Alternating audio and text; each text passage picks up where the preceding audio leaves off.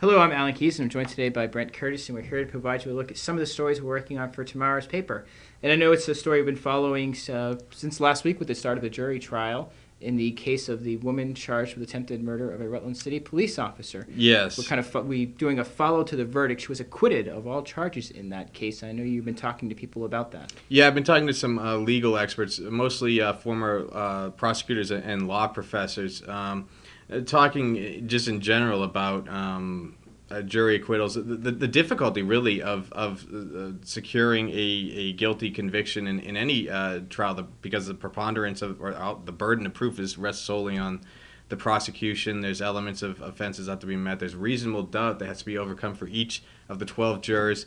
In a way, it's kind of a wonder that anybody ever gets convicted. But it's there's a lot of elements that go into every case. In this one, there were some other factors, such as the particular crimes that Ms. Berube was charged with when she allegedly assaulted Officer Damon Wynn with a knife.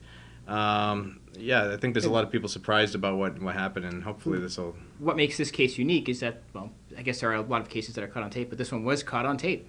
It was literally like a candid camera. Yeah, there was, and if visitors to our website and Facebook right now, right? You can watch and judge for yourself. It shows Miss Berube coming up behind the law enforcement officer. We've had some debate about whether it was stealthily or not, but she did come up at him unawares, and a fight ensued. Officer Wynn suffered a cut to his throat, which was thankfully non-life-threatening, but I'm sure he felt like his life was threatened at the time.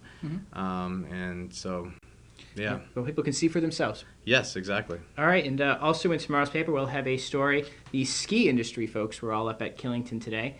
Nice day to be up at Killington. Yeah. Maybe not for skiing. Not skiing, but they were. It's their annual meeting. We were talking about the big story that comes out of that meeting every year is how many skier visits they had this winter season. 4.5 million, which makes it the third best season on record. What's the best? The best was, you'll have to read tomorrow's paper to find out more. I think they call that a teaser. Yes, Alan. all I have is the top of the story. It did not make it into the top of the story.